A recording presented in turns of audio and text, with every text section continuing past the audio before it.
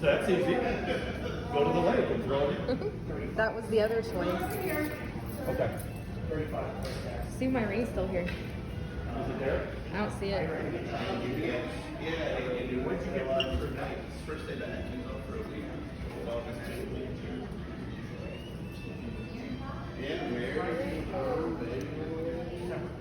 One of the 3 men. No. How much did you get for it, Sean? $115. I got $115 for it. Let's see. It was the best of times, the worst of times. And now it's I had to $100. get rid of the old hardware. It's gone. Hold on. Okay. So, now you can do it the other way. What's this piece of mail? That piece of mail right there is a package that's going to my ex-mother-in-law. Mrs. Smith, because y'all all know that. Yeah. And you saw us sell the other band just now. Good money for it. Yeah. But we're doing the right thing on this and sending it. Yeah. With a nice card. You saw that clip. But here's the thing, and this is your one and done with us. To the Smiths, if y'all want to have Thanksgiving, you can come out to Texas. We've got room. We've got a hide-up bed, some blow-up mattresses. If you want to do Thanksgiving here, probably not Christmas. We're probably going to go to Georgia for that. But if you want to do Thanksgiving, call me. You got my address now. Talk to you later. And we just, seeing we're all on the same sheet of music, we cut out the middleman. We can just work with each other. Yeah. I mean, I think... No drama. I'm a good daughter. Ask my mom. I'm a good daughter. I won't prank call you. I won't, I give Mother's Day cards. When's the last time you had a daughter that came over that wore a bra? I do that. Yep. Okay. Okay, so my trip to European Wax, where I got this tanner and this other thing, it's not important, and I got a Brazilian for $107. That's with tip. With the tip. Sean, how much did you get for that band? $115. So Sean's ex-wife paid for my Brazilian today, and I Sean's have $8 gonna like extra. the Brazilian. He's gonna take advantage of it. So Yeah. thank you, TT. So she went You and got a fund our- Brazilian, got all niced up, and I have $8 more in my wallet. Which is Everyone's about winning. what she's worth. So we'll talk to you guys later. What was your engagement ring? What do you mean? What was it? Baseball cards? Yeah. You guys see Twitter? Baseball I cards. said yes. I did. I said yes. It was like, and we're not being arrogant or whatever, it's just what it was. He got stuff that he didn't normally get, like a 'Cause I one could. card for $70. I can't believe I have somebody in my life that allows me to do that, and it's crazy. Oh, on another note, it's 92 degrees in Texas. Yeah. Oh, Sean Mullins. Sean went to college with him. Y'all remember Sean Mullins from the 90s, late 90s, right? Late 80s. No, late 90s. No, that's when you knew him. I knew him in the late 80s, and He sang Lullaby. Yeah, Everything's Gonna Be All Right, Rockabye. That was 98 when that came out. Yep. About 10 years after I went. Buying Burger King. A Brazilian and Burger King. That's what a broken down old wedding ring gets you. It was inscribed with what? All my love forever. Yeah. But My forever. love always, or My love always. I don't remember.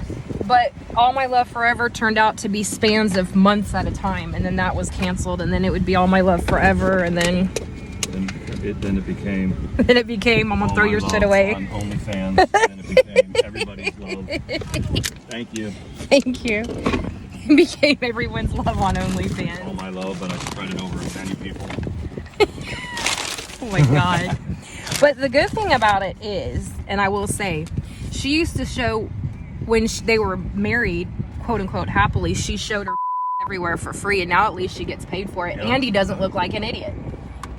Right? Yep. You never look like an idiot, but I mean, people were like, most happily married women don't show their boobs for free on the internet. Yep. But then you have to go to figure, if she wasn't happily married, then she deserves to be free too. Nobody has to be trapped in a marriage they don't with both like. of our marriages is Yep. Life's too people short. don't have to act like they don't have to play games anymore and act like. And if it's someone has okay. said to you, because this is true for both of us, if someone says to you, and he's touched on this before, I don't love you anymore, you have a moral responsibility to let them go. Yeah. And if they're just saying it to be shitty, then your marriage isn't where it should be.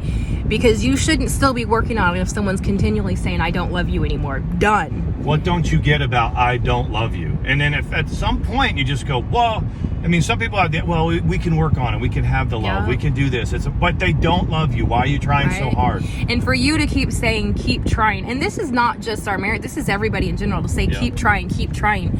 There is a certain amount of stubborn loyalty that goes into a marriage where, yeah, that person isn't going to leave. You know what I mean? Like they say, okay, I know you don't love me and I know I did this, but just stay. And they do because you have kids together or you have history together or you take your vows very seriously. But the bottom line is you got to let them go. Yeah.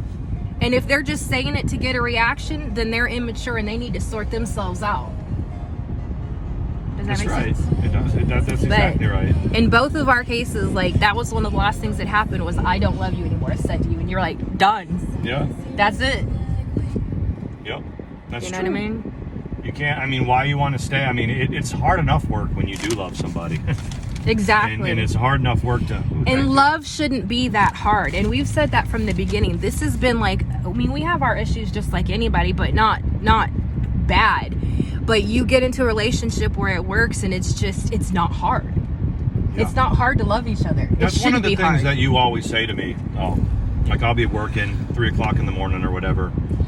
And we talk about like, we still have anxiety about certain things, but not about us. And you said something like, I can't believe how easy it is to be in this relationship. Yeah.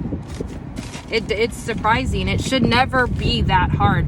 I feel like when you're first married, I learned a lot. I was young, but when you're first married, it's hard anyway. Because you're both, if you're young and selfish, you speak out of passion, you say shit you don't mean, or you do mean. But when you get older, it's just not worth it anymore. The biggest thing I've learned, and this is both marriages, my first marriage was very young. The second one was sort of a rebound.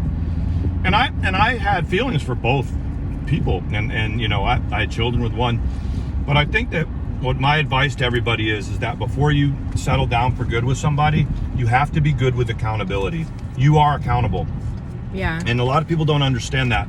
You know, she has made herself accountable. You have made yourself accountable to me by going and having my back through anything that's going on, which is, to me, was like really surprising, but it shouldn't be. It's a no-brainer, yeah. It shouldn't, but you need to understand that everything that you say and everything that you do is an extension of your partner, and you represent your partner, and it's even more important when you have children. Yeah.